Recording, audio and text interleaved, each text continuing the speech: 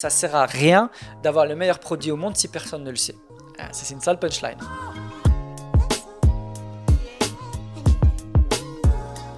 Salut tout le monde, moi c'est Zaki Chahiri, consultant en marketing digital. Bienvenue sur ma chaîne qui est entièrement consacrée au marketing en ligne. Donc si vous êtes intéressé par ce sujet, je vous invite tout de suite à vous abonner ici en dessous. Il y a le bouton s'abonner. Vous cliquez aussi sur la petite cloche, comme ça vous serez notifié. Et à chaque fois que je sortirai du contenu plein de valeur pour vous, vous serez directement au courant.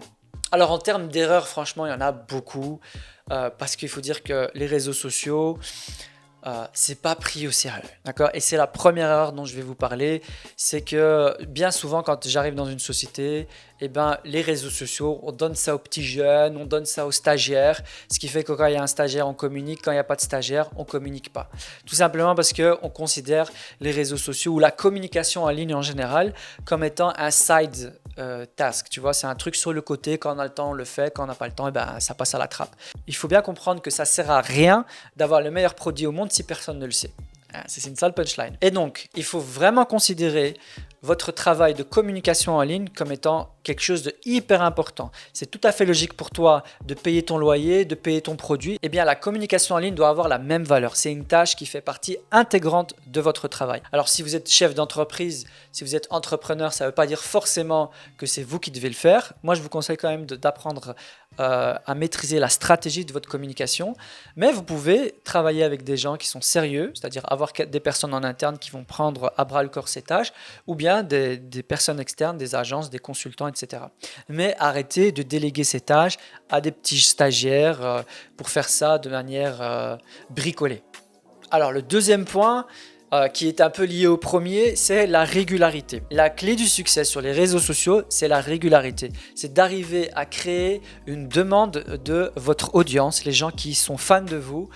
Vous devez créer des rendez-vous avec eux, que ce soit tous les lundis, tous les mercredis, tous les vendredis. Il faut absolument être régulier. Ça ne sert à rien d'être hyper performant, de faire des sales campagnes une fois dans l'année et puis tout le reste de l'année, vous êtes là, vous êtes complètement absent. Non, il faut réfléchir à être régulier toute l'année. Et là, vous faites un calendrier éditorial où vous décidez que 3 fois par semaine, on va publier sur Facebook, sur Insta, etc. La troisième erreur que je vois le plus fréquemment, c'est le fait de se concentrer et de perdre du temps, un temps fou sur des détails. J'ai perdu énormément de temps avec des clients ou des amis, des porteurs de projets, à réfléchir pourquoi le logo il n'est pas hyper intéressant, pourquoi la couleur Intel n'est pas la bonne, pourquoi le bouton sur la page d'accueil il devrait plutôt être comme ça et comme ça. C'est pas du tout l'essentiel, d'accord? Ce qui est essentiel, c'est de réfléchir à comment je peux expliquer aux gens la valeur que je peux apporter dans leur vie, comment je peux leur expliquer comment je résous un problème pour eux, ce qu'on appelle le product market fit, mon positionnement sur le marché, le produit que je peux leur proposer qui va s'adresser à la bonne clientèle.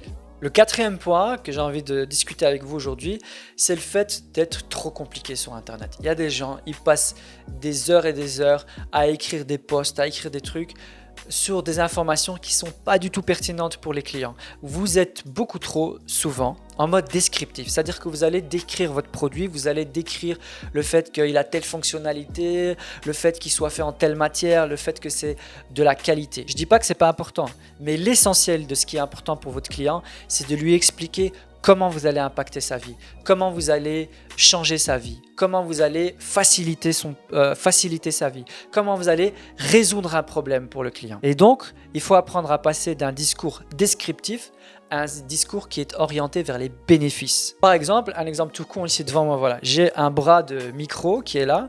Le descriptif, ça va être de dire que c'est un bras qui est fait en métal, qui a une jonction ici, qui a un pli là et qui est très adaptable, que c'est de la bonne qualité.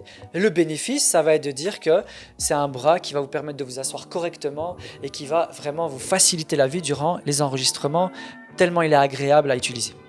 Vous avez compris? Je vois que vous avez compris. Et le dernier point, je pense que c'est le plus important, c'est le fait de ne pas avoir de stratégie. Très souvent, je vais rencontrer des gens qui, une fois, il va faire un post sur Facebook et puis il va envoyer un mail et puis il va se souvenir que ça fait longtemps qu'il n'avait rien mis sur son site. Et puis, il y a un commercial qui est venu qui lui a dit c'est très important d'investir sur le référencement naturel. Et puis, il y a un autre gars qui est venu qui lui a dit il faut absolument refaire ton site internet. Et puis, on ne sait pas ce qu'on fait. Une fois, on teste ça, une fois, on teste ça.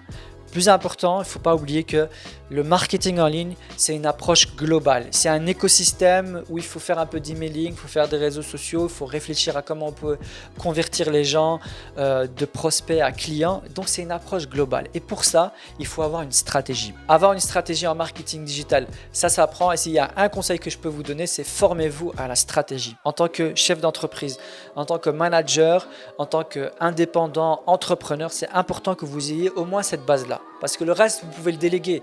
Mais la stratégie, c'est vous en tant que porteur de projet qui devez la connaître. J'espère que vous avez aimé cette vidéo. Si vous avez appris des chouettes trucs, n'hésitez pas à liker, à commenter, à surtout vous abonner. Quant à moi, je vous dis au revoir. Ciao!